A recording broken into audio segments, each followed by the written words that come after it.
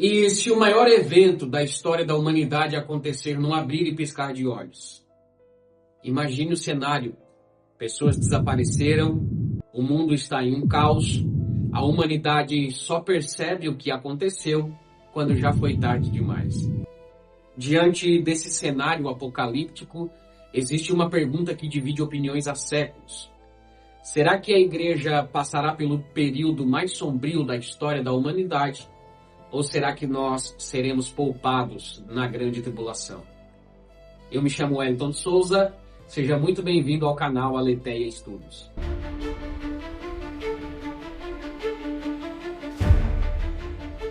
Meus amigos, mais uma vez, sejam muito bem-vindos ao canal Aletheia Estudos. Eu me chamo Wellington de Souza, sou casado com a Edinara de Souza, pai de duas princesas lindas, a Esther de Souza e também a Sara de Souza. Hoje nós vamos falar sobre duas linhas de pensamentos teológicas a respeito da grande tribulação, pré-tribulacionismo e pós-tribulacionismo. O pré-tribulacionismo é aquele pensamento que defende que o arrebatamento da igreja acontecerá antes da grande tribulação. Para o pré-tribulacionismo, a vinda de Jesus ocorrerá em duas etapas. A primeira etapa está em 1 Tessalonicenses, capítulo 4, versículo de número 17, texto que eu quero ler neste momento, capítulo 4, versículo 16 de 1 Tessalonicenses. Porque o Senhor mesmo, dada a sua palavra de ordem, ouvida a voz do arcanjo e ressoada a trombeta de Deus, descerá dos céus, e os mortos em Cristo ressuscitarão primeiro. Depois nós, os que ficarmos vivos, seremos arrebatados juntamente com eles, entre as nuvens, para o encontro com o Senhor nos ares. E assim estaremos para sempre com o Senhor. Baseado nesta palavra, o pré-tribulacionismo acredita que o arrebatamento acontecerá e que a igreja estará reunida com o Senhor nos ares para todo sempre. A segunda aparição, segundo a linha de pensamento pré-tribulacionista, ocorrerá após o período da grande tribulação. Serão 7 anos de tormenta. Claro que 3 anos e meio de bonança, 3 anos e meio de tribulação. E no período desses 7 anos, quando chegar o final, o próprio Senhor Jesus Cristo retornará com a sua igreja para então reinar no milênio e também para vencer o mal. Um ponto interessante do pré-tribulacionismo é que eles acreditam que o arrebatamento será iminente, ou seja, o arrebatamento acontecerá a qualquer hora, a qualquer momento, independente de circunstância, independente de sinais ou também independente de qualquer situação. Se você estiver assistindo esse vídeo, o arrebatamento pode acontecer exatamente agora. E nós, para os pré-tribulacionistas, iremos nos encontrar com o Senhor nos ares. Outro ponto interessante é que o pré-tribulacionismo faz distinção entre Israel e a igreja. Tanto Israel quanto a igreja são completamente distintos, embora que muito importantes para a manifestação da soberania de Deus diante do seu reino. Israel tem um objetivo terreno, e Israel é quem recebe as promessas terrenas, e também Israel é quem passará pela grande tribulação. Enquanto que a igreja se trata do corpo da manifestação da graça de Deus diante de todos aqueles que aceitam a Cristo Jesus como o único e suficiente Salvador. Diferente do pré-tribulacionismo, como o próprio nome já sugere, o pós-tribulacionismo é aquele pensamento teológico que acredita que o arrebatamento da igreja só vai acontecer após o período da grande tribulação. Para o pós-tribulacionismo, o arrebatamento será simultâneo. Jesus volta visivelmente em glória, a igreja se encontra com Jesus nos ares, conforme o texto que nós lemos, 1 Tessalonicenses 4:16, e quando a igreja se encontra com Cristo nos ares, a igreja retorna, dessa vez com Cristo, para que o mal seja combatido e para que a igreja reine com Cristo no período de 1000 anos. Diferente do pré-tribulacionismo, que acredita num arrebatamento iminente, o pós-tribulacionismo não acredita nesse arrebatamento iminente. Eles acreditam num arrebatamento que tem aviso prévio, naquele do qual Cristo avisou, por exemplo, em Mateus capítulo 24, anunciando os sinais da grande tribulação: pestes, terremotos, fome, reino contra reino. O cumprimento dessas palavras e o cumprimento desses acontecimentos é o que de fato identifica para o pós-tribulacionismo que Jesus Cristo está prestes a arrebatar a sua igreja depois do período da grande tribulação. Antes de continuarmos, eu quero pedir para você clicar no botãozinho de curtir, curte esse vídeo, compartilha se for possível, e eu quero saber a sua opinião. Você é pré-tribulacionista? Você acredita no arrebatamento iminente? Você acredita que existe diferença entre Israel e a igreja? Ou você é pós-tribulacionista? Você acredita que a igreja passará pela grande tribulação? De antemão, eu quero dizer que eu sou pré-tribulacionista e eu acredito que a igreja será arrebatada antes mesmo do período da grande tribulação. Eu quero embasar o meu pensamento justamente na teologia que eu vou fazer. Só que antes de prosseguirmos, eu quero apresentar para vocês o meu livro.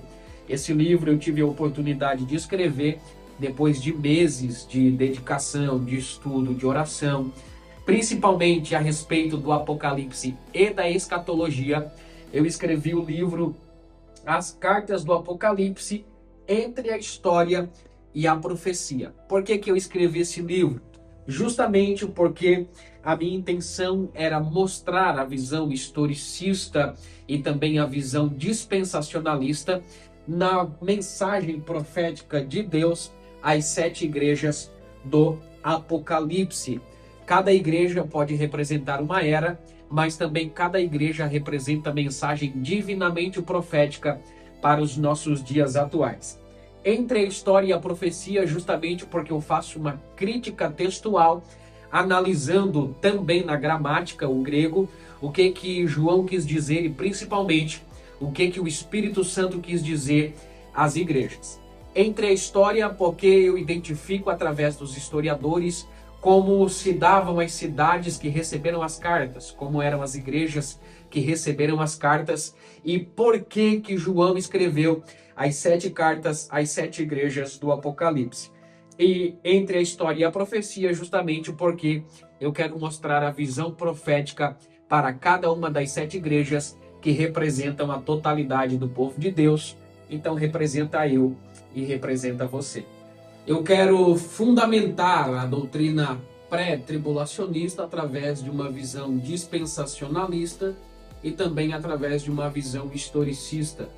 Dispensacionalistas são aqueles que acreditam que Deus manifesta a sua soberania e a sua vontade através das grandes dispensações. Eu quero recomendar para você o livro Plano Divino através dos Séculos, publicado pela CPAD, um livro rico no conteúdo a respeito das dispensações.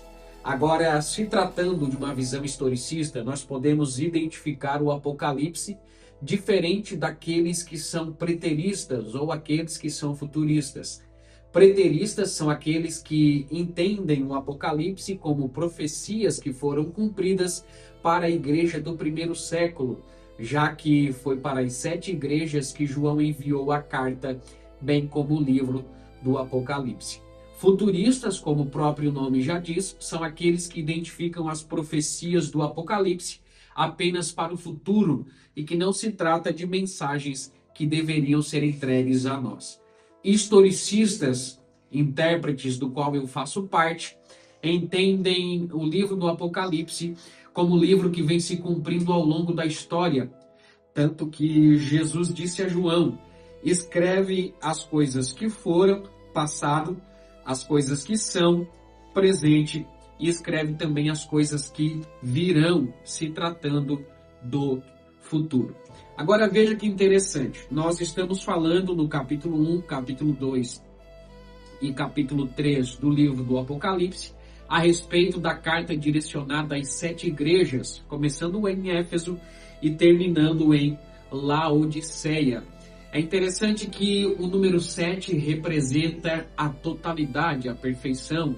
Então, são 7 cartas para 7 igrejas, representando a totalidade do povo que é de Deus. Nós, historicistas, entendemos as 7 igrejas como 7 períodos da igreja, desde a igreja primitiva e a igreja dos primeiros séculos, que representa a igreja de Éfeso, até a última igreja, a igreja do arrebatamento, período do qual nós fazemos parte, a igreja de Laodiceia. Cada igreja representa um dos 7 períodos da igreja na história da humanidade. E se você observar, existe um senso de urgência quando Jesus fala que ele virá sobre a igreja. E se você me permitir, eu quero ler para que você entenda a visão pré-tribulacionista.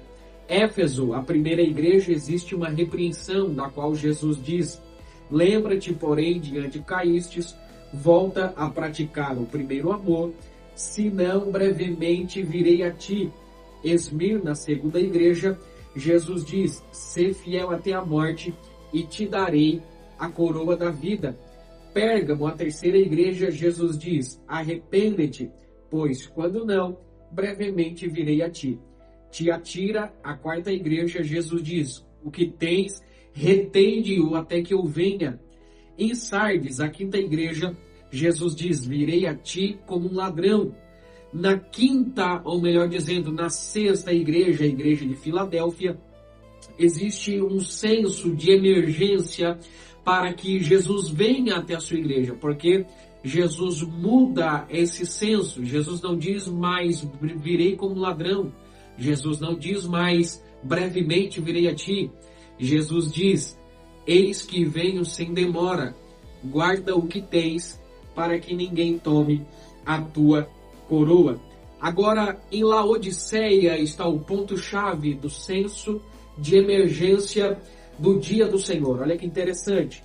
Se em Éfeso Jesus disse virei a ti, se em Tiatira Jesus disse guarda os que tens, se em Sardes Jesus diz virei como ladrão, em Laodiceia Jesus diz o seguinte: eis que estou à porta e bato.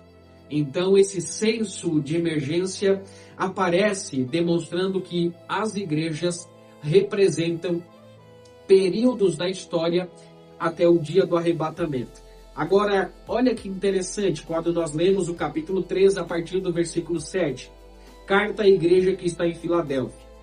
E ao anjo da igreja em Filadélfia escreve: estas coisas diz o santo, o verdadeiro, aquele que tem a chave de Davi, que abre e ninguém fecha, e que fecha e ninguém abrirá. Conheço as obras que você realiza, eis que tenho posto diante de você uma porta aberta, a qual ninguém pode fechar. Sei que você tem pouca força, mas guardou a palavra e não negou o meu nome. Versículo 9. Eis que eu farei com alguns dos que são da sinagoga de Satanás, desses que se declaram judeus e não são, mas mentem. Eis que eu farei com que venham até você, prostrem-se aos seus pés e reconheçam que eu amo você. Até o versículo 9, Jesus está tratando da igreja local, Filadélfia, e dos problemas que ela está enfrentando. Se você estudar o contexto, ou se você adquirir o livro que eu escrevi, você vai observar esse contexto e ver que até aqui Jesus trata da igreja local. No versículo 10, Jesus muda a região local para uma expansão global. Olha o que diz o versículo 10. Você guardou a palavra da minha perseverança, por isso também eu o guardarei da hora da provação que há de vir sobre o mundo inteiro, para pôr à prova os que habitam sobre a terra. Queridos, o versículo 10 é uma das principais bases pelo qual eu sou pré-tribulacionista, e nós precisamos analisar a gramática, o grego, para que possamos interpretar o que o Senhor Jesus quis dizer. Primeiro, nós aprendemos que o versículo 10 muda de um espaço geográfico local para um espaço geográfico internacional. Jesus está dizendo: também eu te guardarei da hora da provação que há de vir sobre o mundo inteiro. Então aqui Jesus não está falando somente para a igreja de Filadélfia, mas Jesus está falando sobre a igreja internacional num âmbito internacional. E é interessante que, se nós observarmos, essa profecia não se cumpriu. Pelo menos historicamente, não existem registros que mostrem que a igreja de Laodiceia passou por uma provação, por uma tentação a nível internacional. Isso indica que a profecia do capítulo 13 do versículo 10 ainda não se cumpriu. Agora, queridos, analisando o grego, a palavra que Jesus usa, também eu te guardarei da hora da tentação, está no grego da seguinte forma: terezo ektes voraz tou peirasmum. A palavra terezo significa guardarei, futuro profético. Jesus está falando do que viria, do que estava por vir. Eu te guardarei, não é eu te guardei, ou eu vou, ou eu tenho te guardado, mas é eu te guardarei, se tratando do futuro. Agora, que é a preposição importante para aqueles que são tribulacionistas, porque significa para longe de. Jesus está dizendo: eu te guardarei, terezo, para longe de, da hora da tentação. Agora olha que interessante. O que Jesus está dizendo é o seguinte: a igreja está prestes a passar por um período interessante, só que a hora da tentação, a hora que vai chegar para a igreja, Jesus aguardaria nesse exato momento. E para guardar a igreja da hora da tentação geograficamente mundial, o que é que Jesus vai ter que fazer para guardar a igreja de uma localização geográfica aonde o mundo inteiro vai sofrer a tentação?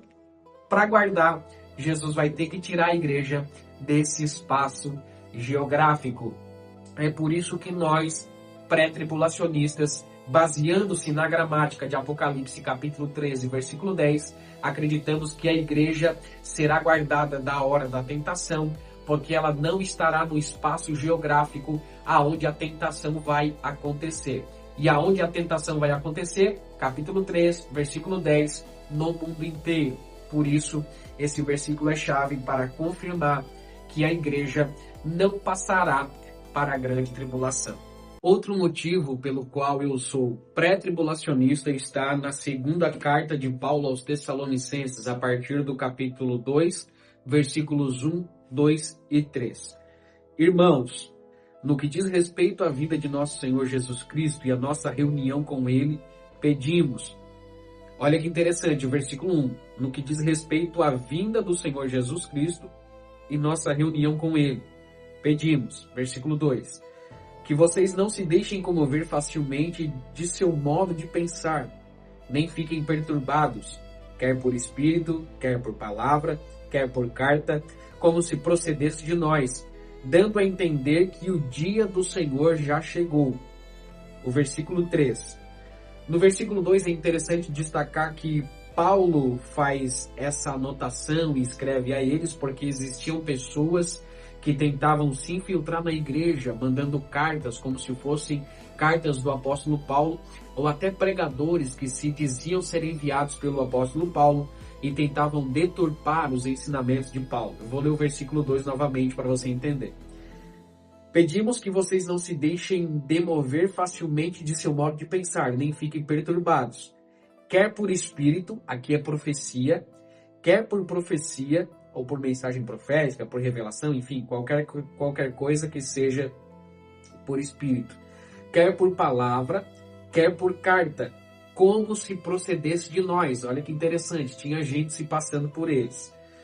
Dando a entender que o dia do Senhor já chegou, mas o dia do Senhor não tinha chegado. Olha que interessante. O versículo 3.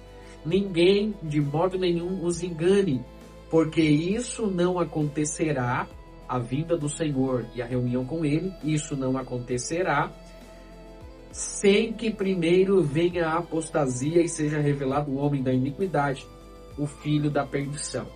A palavra apostasia é o versículo-chave para entendermos a linha de pensamento pré-tribulacionista. A palavra apostasia é uma junção de palavras apó e apostasis, que dá um entendimento de afastamento, de estar fora, de estar separado. Na etimologia da palavra, nós observamos que a palavra começou a ser usada no contexto militar ou no contexto político, quando alguém queria se afastar de uma brigada militar ou quando alguém queria se afastar de um determinado partido político. Esse alguém era considerado um apóstata, porque ele estava se afastando, ele estava se retirando. É interessante que nós cristãos, a gente observa a apostasia sempre ligada ao afastamento da fé, mas não necessariamente a apostasia está ligada ao afastamento da fé. A apostasia pode estar ligada a outros conceitos, a outros entendimentos. E quando está ligada à fé, o apóstolo Paulo faz questão de mencionar. Me permita dar um exemplo. Na primeira carta de Paulo a Timóteo, capítulo 4, versículo 1. Olha que interessante. Mas o Espírito expressamente diz que nos últimos tempos apostatarão alguns da fé. Aí aqui o apóstolo Paulo está ligando diretamente a apostasia ao abandono da fé. Atos dos Apóstolos, capítulo 21, versículo 21 diz: E já cerca de ti foram informados de que ensinas todos os judeus que estão entre os gentios a apostatarem-se de Moisés. Olha que interessante, Paulo estava sendo acusado de ser um pregador que afastava os judeus novos convertidos das leis de Moisés. Então, nesse sentido, a palavra apostasia não está ligada diretamente ao abandono da fé. E quando Paulo menciona no capítulo 2 e no versículo 3, o que o apóstolo Paulo está dizendo é que o arrebatamento, a vinda do Senhor, não acontecerá sem que haja a apostasia da igreja. A apostasia de abandono da fé? Não. A apostasia no sentido de retirada, no sentido de afastamento. Inclusive, as Bíblias mais antigas, como por exemplo a Vulgata Latina, Bíblia que foi escrita no 3º século, ela traduzia justamente essa palavra apostasia para retirada. Outras Bíblias antigas, como a Bíblia de Genebra e por aí vai, também interpretavam o texto como sendo retirada. Resumindo, o apóstolo Paulo está dizendo que a reunião com o Senhor e a vinda do Senhor não acontecerá sem que antes a igreja seja retirada. Queridos, o último motivo pelo qual eu sou pré-tribulacionista está na teologia joanina que o apóstolo João utiliza no livro do Apocalipse. Muitas pessoas confundem ao comparar a teologia paulina com a teologia joanina. E quando nós observamos o Apocalipse, nós observamos que João fala a palavra igreja apenas no capítulo 1, no capítulo 2 e no capítulo 3. E durante o longo período de grande tribulação, João não menciona mais a palavra igreja. Propositalmente, João menciona apenas a palavra santos. Por que alguns confundem com a teologia paulina? João não tinha o costume de chamar a igreja de santos, apenas o apóstolo Paulo. Quando João escreveu o Evangelho de Jesus Cristo, ou quando ele escreveu as suas epístolas, mesmo direcionando as epístolas às igrejas, mesmo enfrentando problemas de igrejas locais, como a 3ª epístola, João não menciona a igreja direcionando a elas a palavra de santos. João mencionava a palavra dizendo: meus amados, meus amigos, meus discípulos, filhos de Deus. Quando nós observamos o Apocalipse, propositalmente, depois do capítulo 3, quando João já tinha enviado a carta às 7 igrejas, João não menciona mais a palavra igreja. É claro que, numa visão pré-tribulacionistas, os santos da grande tribulação, especialmente em Apocalipse capítulo 13, se tratam de Israel e também podem se tratar dos novos convertidos que aceitaram a Cristo no período da grande tribulação, tá bom?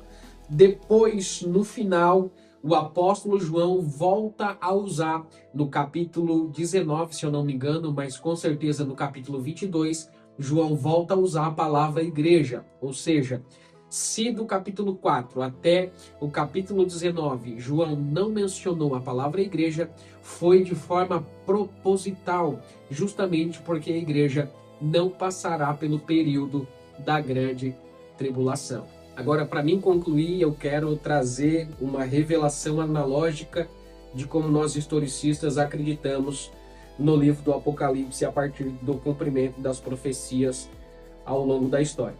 Do capítulo 1 até o capítulo 3, João menciona a palavra igreja.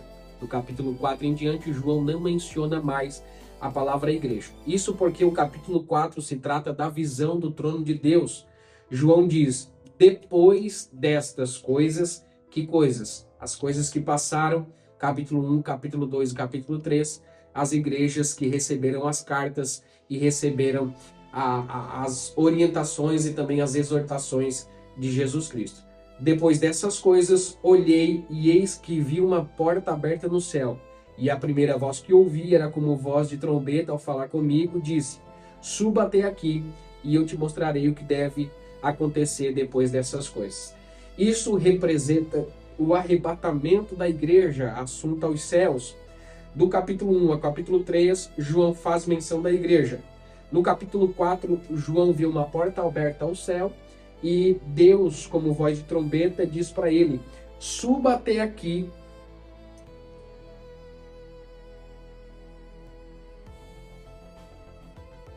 Viu uma porta no céu e ele ouve uma voz como de trombeta dizendo: suba até aqui e eu te mostrarei as coisas que devem acontecer. Essa subida de João representa o arrebatamento da igreja antes do capítulo 5, 6 e 7 e 8 e dali por diante, que representam 7 selos, 7 taças, 7 trombetas. O número 7 é a totalidade, a perfeição de Deus. Então, 7 selos, 7 taças e 7 trombetas são a completa manifestação da ira de Deus na grande tribulação. Resumidamente, para mim concluir, nós temos uma linha teológica pré-tribulacionista. Eu respeito demais a visão pós-tribulacionistas. É bom estudar com os pós-tribulacionistas, porque a gente aprende bastante também. Tenho amigos que são pós-tribulacionistas, do qual eu admiro muito, eu respeito muito, eu aprendo muito. E não à toa é um debate que é debatido há séculos. Com certeza não vai ser em uma hora de vídeo ou menos que você será convencido a ser pré-tribulacionista ou pró ou pós-tribulacionista. Querido, o meu objetivo não é te convencer a ser pré-tribulacionista, muito pelo contrário. O meu objetivo é convencer você a estudar, para que a partir dos estudos você tenha sua própria posição teológica a respeito do dia da grande tribulação. Deus abençoe a todos em nome de Jesus.